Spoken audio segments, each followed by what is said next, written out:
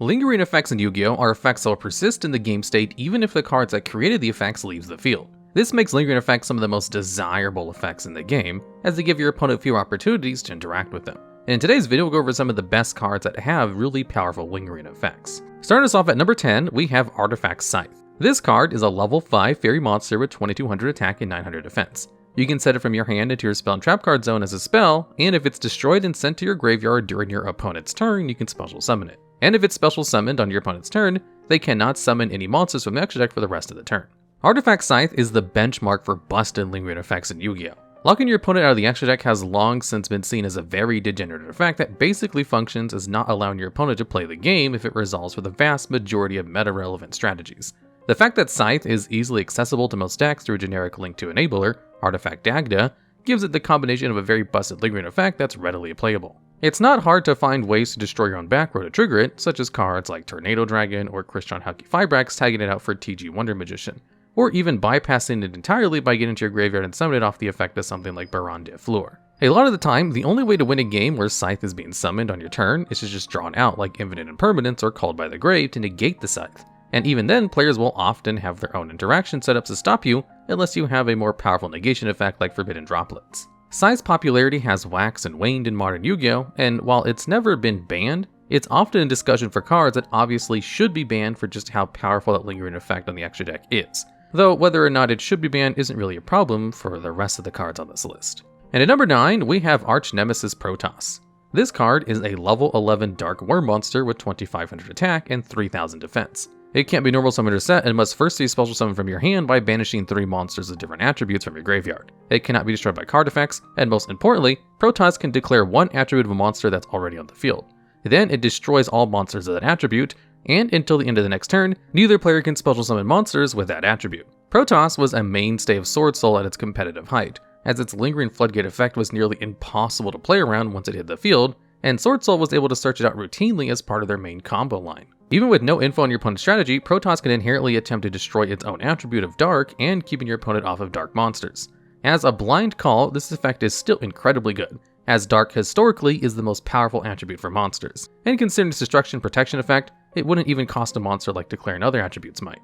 What made Protos infuriating and eventually got it banned was just how absurd it was in best of 3 matches. In games 2 and 3, when you already know your opponent's deck composition, Sword Soul usually has no problem getting a particular attribute on the field to destroy with Protos and have its lingering floodgate effect lock your opponent out of their turn. Sword Soul itself had easy access to water, fire, wind, and light monsters. With Protos already being a dark, the only thing left was Earth, which any Tenyi monster can give access to thanks to Monk of the Tenyi. Protos didn't see much play before Sword Soul came out, as it was kind of a brick with its difficult summoning requirements. But the second it became playable, it was an instant problem in competitive play and quickly earned itself a place on the ban list. And at number 8, we have Cold Wave. This spell states that you must use it during the start of your main phase 1, and until your next turn, you and your opponent cannot play or set spell or trap cards. Cold Wave is one of the oldest cards on this list, debuting back in 2002. For a long time, it wasn't considered particularly good, as just a turn off of using spells and traps didn't do much but set you back a card in those slower, older formats. But as the game developed into faster, monster-heavy combo strategies and one-turn kills became more routine,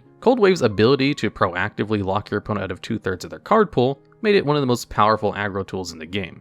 There was little to no way to stop someone from opening with Cold Wave on turn 1 and setting up an OTK for their next turn, so long as they could do it with just monster effects. Once Synchro-era decks started to come into their own, that process became quite trivial. It's a floodgate that can't be removed from the field, as it just lingers as an effect over your opponent's entire turn. There's basically no way you can interact with it on turn 1, except niche options like Scythe from Gear Delta that didn't exist when it was legal, or just by not playing any spells in your deck. At its peak usage, it was comparable to Heavy Storm or Giant Trunate, but those cards can be interacted with and don't prevent you from going into your own plays with spell cards on your turn. At that point, it wasn't long before it finally received a ban in March of 2011, after 9 years of legality. With the speed of the game now, it would be more comparable to having both Red Reboot and Imperial Order set up on your opponent, which should speak highly just how powerful this card is in faster formats. It's almost an interesting card in that the deck it functions best in, decks that can set up just using monsters and no spell or traps, are also the decks it's worst against. Still, it's so powerful that if it was ever legal again, it'd be a mandatory inclusion in every side deck for any monster-focused strategy, and would likely see main deck play just for how unfair locking your opponent out of 2/3 of the cards in the game can be. And at number 7, we have number as 0 Utopic ZEXAL. Utopic ZEXAL is a rank 0 Xyz warrior monster whose materials are 3 number Xyz monsters with the same rank. Alternatively, you can bypass this and summon it by discarding any rank up magic spell card and overlay it on top of any Utopia monster you control.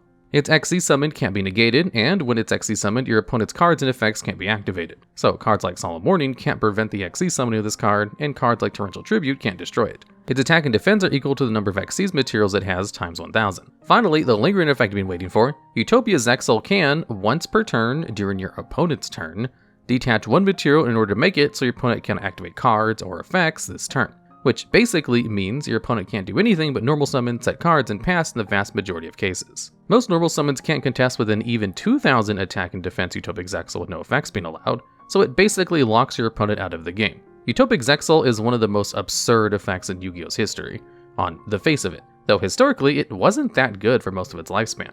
It saw fringe play in fragile combo decks designed to get on the field.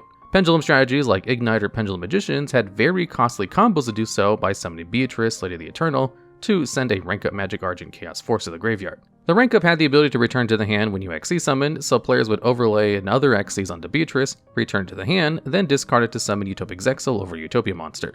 This was powerful but not particularly consistent, and folded to most disruptions. It became significantly more play in 2020 when Numeron Network and Numeron Calling were released, as this allowed you to summon Numeron Gate monsters to easily Xyz summon Utopic ZEXAL. Despite how easily this made Utopic ZEXAL splash into other strategies, this isn't even what got Utopic ZEXAL banned. The incoming release of Utopia support cards like ZS Ascended Sage and ZEXAL Construction made searching out rank up magic spell cards to discard for Utopic ZEXAL's alternate summon condition much easier. The Utopia engine was already rather consistent, and adding an easy way to get into one of the most powerful lingering floodgate effects ever printed meant that Utopic ZEXAL was preemptively banned to avoid that. And at number 6, we have Djinn release their Rituals. This card is a level 3 Dark Fiend monster with 1200 attack and 2000 defense. Its effects state that when you ritual summon a monster, you can banish it from the graveyard as one of the monsters required for that ritual summon. Additionally, if a player ritual summons using this card as a material, the other player cannot special summon while that ritual monster is face up on the field. Djinn saw practically no play for several years, as despite its powerful effect, ritual strategies weren't ever strong enough to facilitate abusing it. But the Djinn was finally abused in the infamous Tier 0 Necrons deck in 2015. One of the most powerful ritual strategies ever. Necros had an easy way to search the monster at its engine with even more broken card in Lavalval Chain, which could send Djinn to the graveyard to abuse its graveyard effect. This would allow Necros to easily use it as material for one of its many ritual summons. The ability to completely lock your opponent out of special summoning monsters of any kind completely shuts down the majority of competitive strategies in Yu-Gi-Oh!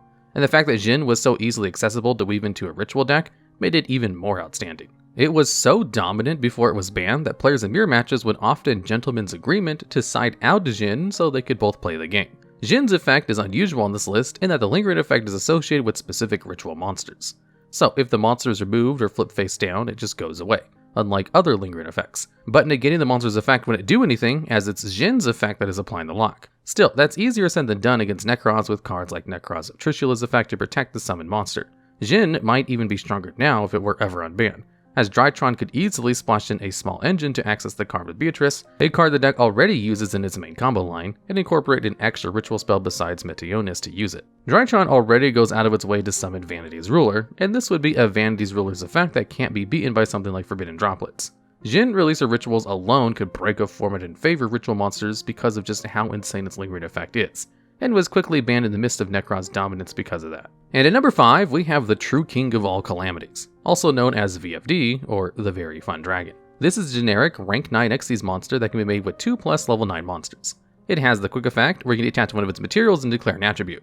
Then all face-up monsters in the field become that attribute, and monsters your opponent controls with that attribute can't activate their effects or attack. It also has a much less relevant effect that allows True Draco and True King monsters to destroy monsters on your opponent's side of the field for their effects, which allows you to summon them with your opponent's monsters instead of your own, but this rarely came up as once True King of all Calamities on the field, the game was usually over. While not strictly the most powerful lingering effect, what made True King of all Calamities so absurd was just how long it stayed in the meta, and how many decks had access to it. It splashed into the competitive scene by being the main combo payoff for the first and second place decks in the 2017 World Championships with the Yangzing True King variant, though it was otherwise drowned out by back-to-back Tier 0 formats in Zodiac and Spiral in 2017. It saw on and off play until it famously became the main payoff card in Virtual World, a deck with a very powerful engine which can access it effortlessly, recycle it multiple times, and use Virtual World Gate Shu to destroy the card if your opponent attempted to gate it on their turn with something like Forbidden Droplets. Shu Can Go All Calamities does come up short in direct comparison to an effect like Utopia ZEXALs, as it only affects monsters on the field or of a particular attribute in either player's areas. But despite not being the most powerful lingering effect, the ease with which a deck like Virtual World could summon it and insulate its effects from the few playable outs in the card pool made it one of the most degenerate lingering effects monsters in the game's history, and eventually saw it being banned for that distinction. And at number 4, we have Outer Entity Azathot. This is a rank 5 Xyz that requires 3 level 5 monsters to summon, or you can summon it by using an Outer Entity Xyz monster you control as a material. Which means you can summon it with any generic rank 4 strategy, as Outer Entity Gnarla is the only other Outer Entity monster and is a generic rank 4. It has 2 effects. If it has at least 1 fusion, 1 Xyz, and 1 synchro monster as its materials, you can detach 1 material from it to destroy all cards your opponent controls. A very difficult effect to enable and almost never mattered. Most importantly, it has the other effect that if it's Xyz summoned, your opponent cannot activate monster effects for the rest of the turn. What's important about this turn-long lockdown effect is that it happens on summon and does not start a chain, which means you can't respond to it with any kind of negation like infinite impermanence to stop it from imposing the lingering effect. This made Azathot incredibly busted in 2 separate ways. Originally, players would summon this monster on their own turn by creating the rank 4 Outer Entity Gnarla in decks like Lunalight, Orcus, and Danger variants, which all had easy access to rank 4 monsters. This would prevent the more common hand traps from being used before you can commit to your full combo. That said, insulating your plays from hand traps isn't what earned this card a place on the ban list for being so broken. Pairing Azathot up with Phantom Knights or Rusty Bardiche in these dark monster heavy engines was the bigger problem. They would use Rusty Bardiche's effect to set a Phantom Knight spell or trap card to the field to set the Phantom Knight's rank up magic launch. This is a quick play spell that allows you to rank up a Dark Xyz monster you control into a Dark Xyz monster of 1 rank higher, which would allow you to summon Azathot on your opponent's turn so long as you had a rank 4 dark monster. A trivial task in these decks as mentioned previously. Rusty Bardiche only needed Dark Link materials to be made, so it could be used in any combination of the already dominant metagame archetypes of Lunalight, Orcus, and Danger. Giving the most powerful strategies at the time access to Azathot's ability to lock out your opponent's chance to use monster effects on their own turn was far too degenerate and rightfully earned this card's place on the ban list. And at number 3, we have Maxx. This card is a level 2 Earth Insect monster with 500 attack and 200 defense. It has the effect to discard itself from your hand to the graveyard, and for the rest of the turn, you draw a card every time your opponent special summons a monster. We've talked about Maxx a lot on this channel, even having an entire 30-minute long video dedicated to why it's banned in the TCG. It's undoubtedly one of the strongest cards in Yu-Gi-Oh's history, and its effect counts as a lingering effect that persists throughout the turn. Drawing cards in response to your opponent playing the game by special summoning is one of the most game-determining effects possible, and it's no surprise that Maxx is synonymous with winning the game from drawing an abundance of cards or skipping your opponent's turn by just activating it. Maxx is especially annoying to handle specifically because it's a lingering effect. The fact that your opponent can just activate this card at any time and set the condition for the entire turn makes surviving it purely a matter of having it out in your opening hand or not. If your deck has some form of draw power, drawing into a Called by the Grave or Crossout Designator is not going to help you like it might against other interactions that have to wait for an opportunity to be used. It's nearly impossible to win a game if your opponent draws upwards of 10 or more cards to punish you. Not to mention, Maxx can just draw them to more hand traps to stifle your plays without falling behind in any cards in any significant way. Frankly, the biggest weakness of Maxx is that it forces the user to draw, so in rare instances with very special summon heavy decks, you can deck out a Maxx user by special summoning an extreme number of times. It's so game warping it makes cards like Called by the Grave, Ash Blossom and Joy Spring, and Crossout Designator mandatory staples in decks when it's legal. Despite being powerful cards in their own right, Maxx is strong enough and generically accessible enough that players end up being forced to start their deck building with 8 to 10 automatic inclusions purely because Maxx exists. Having to play 3 copies of Maxx and the 5 or more cards that can stop Maxx already takes up nearly a quarter of your deck building, a problem that you might be familiar with in the Yu-Gi-Oh! Master Duel, where Maxx is legal in a modern power level format. Maxx is undoubtedly one of the strongest and most accessible lingering effects ever printed. And at number 2 on this list, we have number 16, Shockmaster. This is a rank 4 Xyz light fairy monster with 2300 attack. It requires 3 level 4 monsters as materials to summon. It has the effect to, once per turn, detach 1 material and declare a card type between monster, spell, and trap. Your opponent cannot activate that type of card until the end of your opponent's next turn. Shockmaster is every type of floodgate activated on your turn, all combined into one monster. There's been a lot of cards in this list that prevent your opponent from using monster effects, but not to the level of this card, as Shockmaster can easily lock down spell and trap based strategies too. That you can use it proactively on your turn means that if you just assemble 3 level 4 monsters, which is relatively easy given how robust rank 4 strategies are, you can completely lock your opponent out of the game before they get a turn because of the lingering effect. Importantly, Shockmaster is also a soft once per turn, meaning you can potentially summon 3 of this card in one turn and prevent your opponent from activating any cards at all, and then go back to your turn and do it all over again for 3 consecutive turns. This is a level of lockdown no other card can really accomplish as safely and easily as Shockmaster, though summoning multiple copies was hardly ever necessary, especially in a best of 3 where you would know your opponent's deck after game 1 and be able to pick whichever card type they're more reliant on, especially considering there were far fewer hand trap options back when this card was legal to stop it. Since the card activates on your turn, the only card that was available to beat a turn 1 Shockmaster at the time was Effect Veiler, which not all decks would even play due to its inherent card disadvantage in slower formats. Cards like Azathot, Utopia, ZEXAL, and VFD all need to happen on your opponent's turn, and cards like Protos and Cold Wave are far more limiting in what they can lock out and what strategies can employ them. Shockmaster is like all of these cards combined, but better and far more accessible. Even in the slower format in the early Xyz era, this was far too game warping, and it was banned a little over a year after its release. The dominance of Dragon Rulers and Spellbooks when it was released, strategies that didn't rely on rank 4 strategies, is probably the only reason it wasn't banned sooner. And at number 1 on this list, we have Last Will. This is a spell card that lets you special summon a monster from your deck with 1500 or less attack if a monster inside the field is sent to the graveyard the turn that Last Will is activated. Unlike the rest of this list, Last Will is not a powerful payoff card that imposes a lingering floodgate style effect on your opponent to stop them from playing the game. Last Will is powerful in an entirely different way. It is one of the earliest and most degenerate combo enabler in Yu-Gi-Oh's history. Despite never being legal in modern formats where summoning monsters from your main deck at little to no cost is widely considered one of the most powerful enabling effects in the game, even back in the mid-2000s, this card was the main facilitator of Yu-Gi-Oh's first effective FTK strategy in Magical Scientist FTK, as the card allowed you to summon both of the monsters that form the FTK in Magical Scientist and Catapult Turtle. Because of how minimal its requirements are, it would find play in basically any style of deck when it was legal.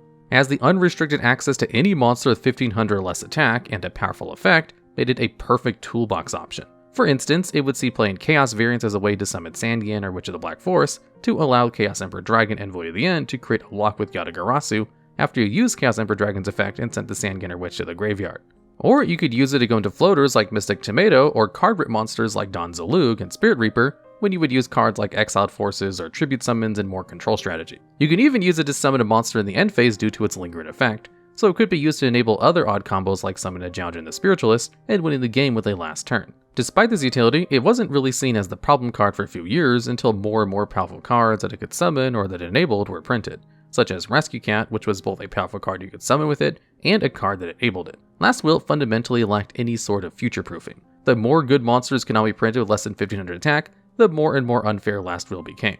If Last Will was legal today, it would undoubtedly be the most powerful card in the format, and every deck besides very niche ones would have to play it. And those decks would be significantly worse for not having access to such a powerful card. It's one of early Yu-Gi-Oh's most ubiquitous and powerful generic spell cards alongside cards like Pot of Greed and Graceful Charity, which is why it earns a number 1 spot on this list. Alright, and that's the list. Are there any other monsters with powerful lingering effects you think should have been on this list? Or do you have any good ideas for future videos just like this one? If so, I'd love to hear about them down in the comments.